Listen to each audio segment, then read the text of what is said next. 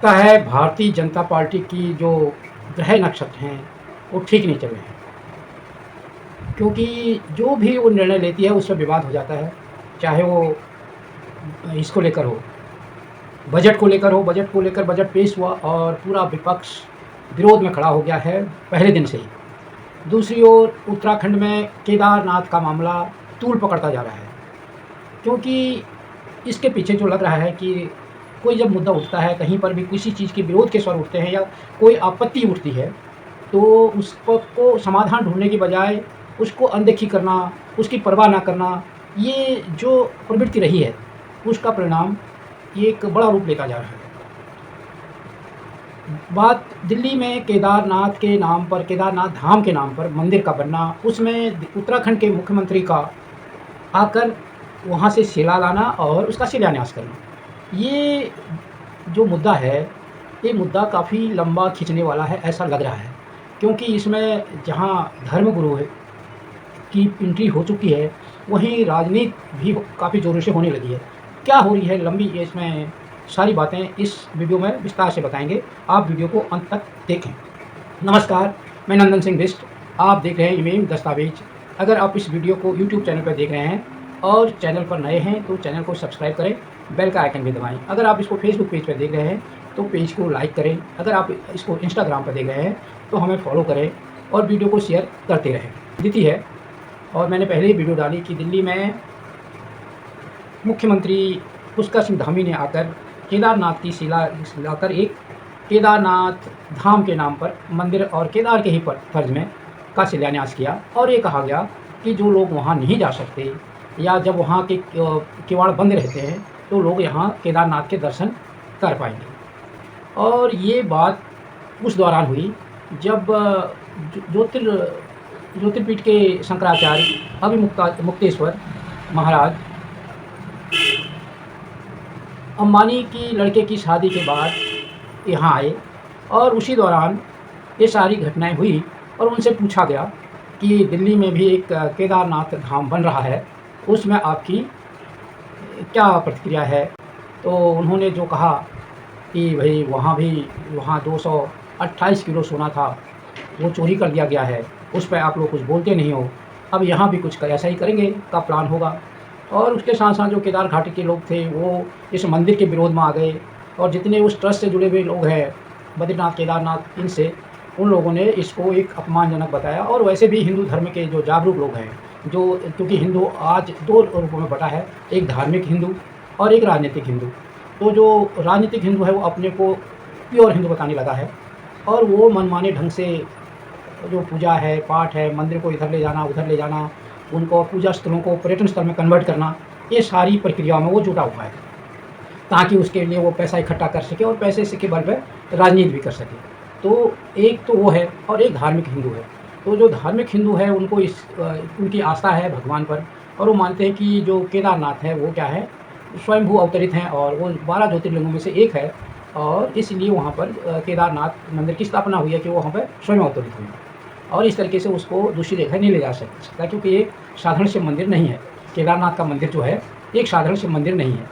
परंतु बात यहीं पर नहीं रुकी, ये सारी बात का फोकस फिर केदारनाथ पर जाकर अटक गया, और वहाँ बहस छिड़ गई। केदारनाथ मंदिर में जो 2022 में एक चर्चा चली कि 230 किलो सोना आकर कोई वहाँ चढ़ा रहा है।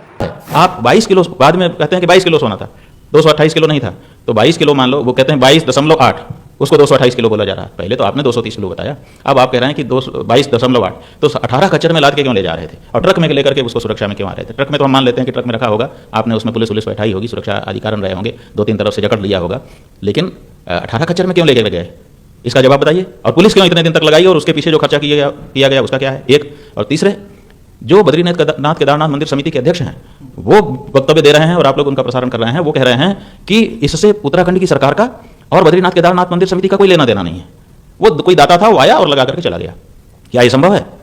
अगर हमारी निगरानी में कोई, हम समिति के सदस्य हैं और हमारी समिति की निगरानी में कोई परिसर है, उस परिसर में कोई भी आएगा बिना हमारी अनुमति के काम करके और चला जाएगा, और मान लिया कि दाता आया और उसने लगाने के लिए कहा, आपसे अनुमति नहीं ली, तो पहले तो अनुमति बिना लगाने कैसे दिए, और दूसरे वो चांदी कैसे निकालने दिया उसको, और तीसरे लगा दिया तो क्या लगा देने के बाद उसने आपको कोई हैंड ओवर नहीं किया रिकॉर्ड कि इतना सोना हम लगा रहे हैं और इसको अब आप स्वीकार करिए, अब ये मंदिर का हो गया, अब हमारा नहीं रहा। तो अब फिर उसको आपकी जो किताब है एसेट की कि आपके पास कितनी सामग्री है, क्या उसमें आप अपने स्टॉक रजिस्टर में उसको मेंटेन नहीं करते हैं? जो पीड़ा है वो ये है कि देखिए विश्वासघात, ठगी, ये सब खूब हो रहा है अपने देश में। ठगी भी एक धंधा है, खूब होता है, लेकिन आदमी आदमी को ठगता है। यहाँ एक दूसरी बात हो गई, यहाँ आदमी ने जाकर के, मनुष्य ने जाकर के केदारनाथ भगवान को ठग लिया। केदारनाथ को भगवान को ठगा जा रहा है। अगर अभी भी हम चुप रहे या कोई भी सनातनी चुप रहा तो फिर इसके बाद क्या होगा? कोई व्यक्ति को ठग ले तो हम एक बार उपेक्षा कर देंगे कि भाई चलो ये तो चल ही रहा है, लेकिन यहाँ एक व्यक्ति, एक संस्था भगवान केदारनाथ को ठग रही है। तो अब भगवान को जब ठगा जाने लगेगा तो क्या भगवान के पुजारी बोलेंगे नहीं? और हम शंकराचार्य हैं, हमारा धार्मिक क्षेत्र में दायित्व बनता है, पहली बात ये। और दूसरी बात आपने कही कि आप राजनीतिज्ञों की तरह बोल रहे हैं, तो हमारा ये कहना है केदारनाथ के बारे में हम बोल रहे हैं। केदारनाथ भारत की संसद है कि उत्तराखंड की विधानसभा है? हम भारत की संसद के बारे में बोल रहे होते, उत्तराखंड की विधानसभा के बारे में बोल रहे होते, तब आप हमारे ऊपर आरोप लगा सकते थे कि आप राजनीति बोल रहे हो। हम केदारनाथ मंदिर के बारे में बोल रहे हैं, वहाँ के विराजमान देवता के बारे में बोल रहे हैं, उनके साथ हुई ठगी के बारे में बोल रहे हैं, दुष्प्रचार के बारे में बोल रहे हैं, घोटाले के बारे में बोल रहे हैं, और उसके बाद आप कहते हो कि हम राजनीति कर रहे हैं। क्या राजनीति है इसमें? बताओ कौन सी राजनीति है?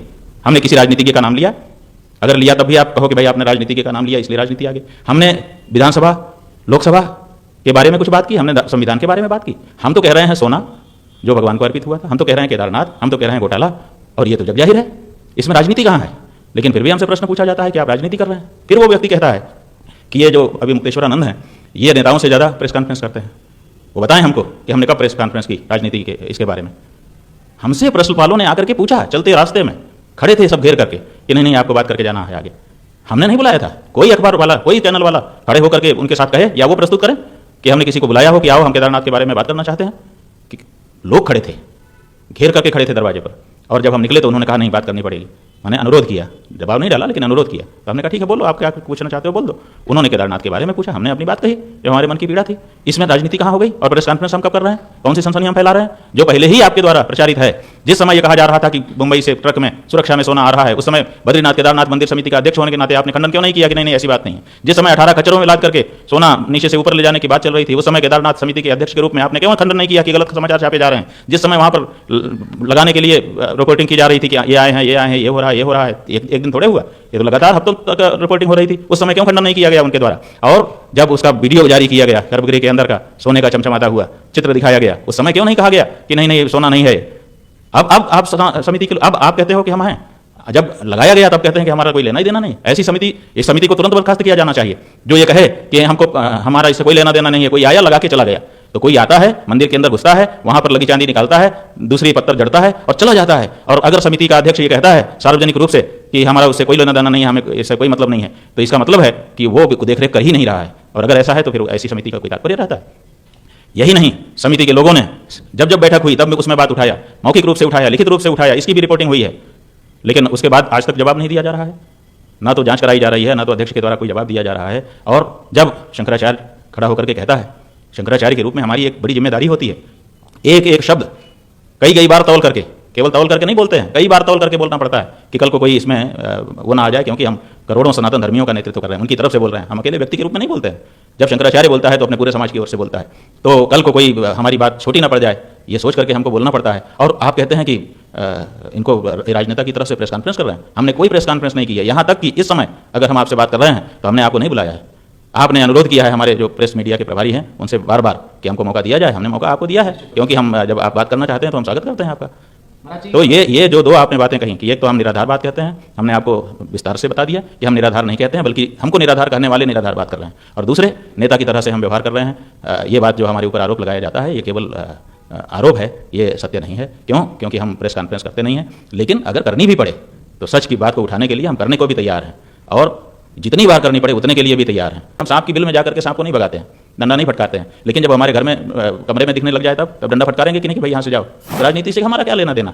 लेकिन जब राजनीति हमारे मंदिर में घुस गई, राजनीति हमारे मठ में घुस गई, राजनीति हमारे जीवन में घुस गई, हमारे धार्मिक जीवन में, तो हम बोले भी ना, हम बोलेंगे और दृढ़ता से बोलेंगे, और अभी तो बोल रहे हैं, अगर जरूरत पड़ी तो हम सेना खड़ी करेंगे। अब जब ये मुद्दा मिल ही गया है और समाज का धर्म और आस्था से जुड़ा मुद्दा है, तो कांग्रेस अब इसको भुनाने की कोशिश कर रही है। कांग्रेस ने कल 24 जुलाई से हरिद्वार से एक यात्रा निकाली केदार बचाओ के नाम पर, और वो यात्रा हरिद्वार से निकली है और बताया जा रहा है कि करीब 2 हफ्ते के अंदर वो केदारनाथ मंदिर पहुंचेगी।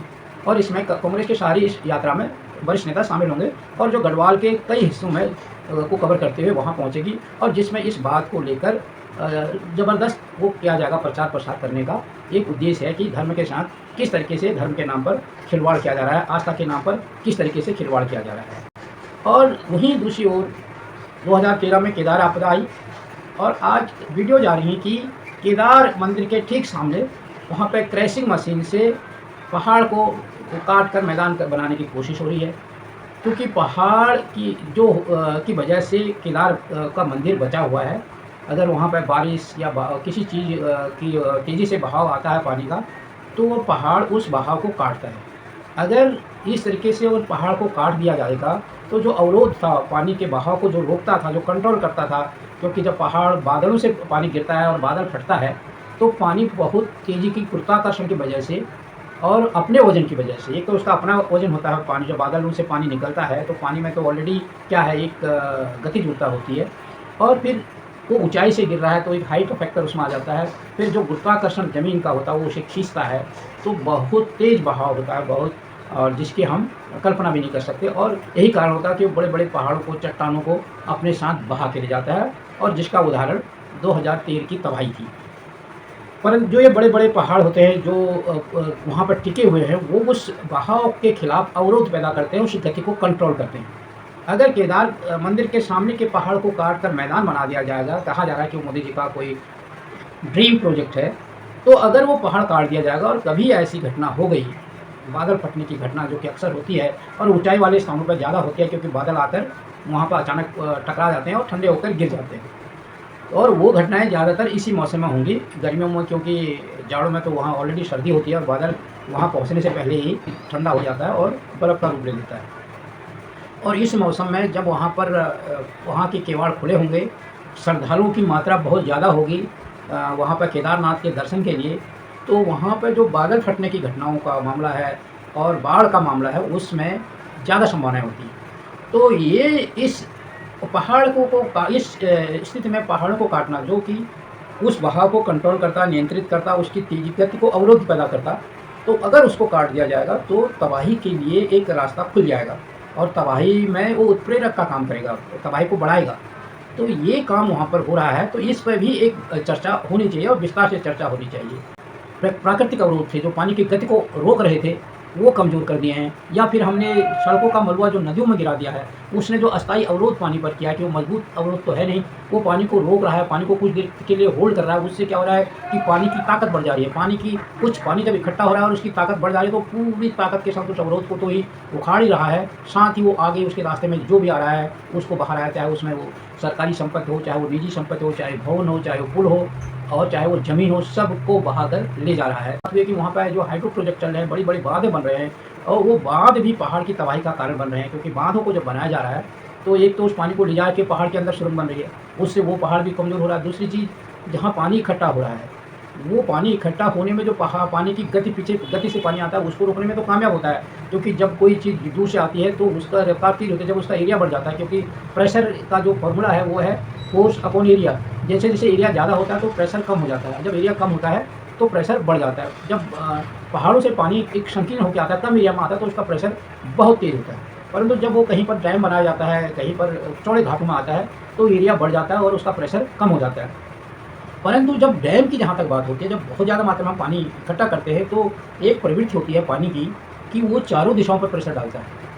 कि लिक्विड है, अगर सॉलिड तो केवल, अगर कोई ठोस चीज़ होता है वो केवल नीचे को प्रेशर डालती है। यहाँ पर जब वो लिक्विड फॉर्म में होता है तो वो जहाँ पर, क्योंकि उसमें बहाव होता है, तो वो हर दिशा में जाता है, नीचे को भी प्रेशर बनाएगा और साइड में प्रेशर बनाएगा। तो जब डैम बनते हैं तो क्या हो रहा है कि पहाड़, उसका अवरुद्ध, पानी का रास्ता अवरुद्ध किया जा रहा है और मजबूत दीवार बनाकर उसको रोका जाता है। परंतु साइड में जो पहाड़ है वो एज इट इज रहते हैं, और उससे कहीं ना कहीं पहाड़ के ऊपर प्रेशर बनता है, और उस प्रेशर लगातार उन डैमों का पहाड़ों पर भी बढ़ रहा है।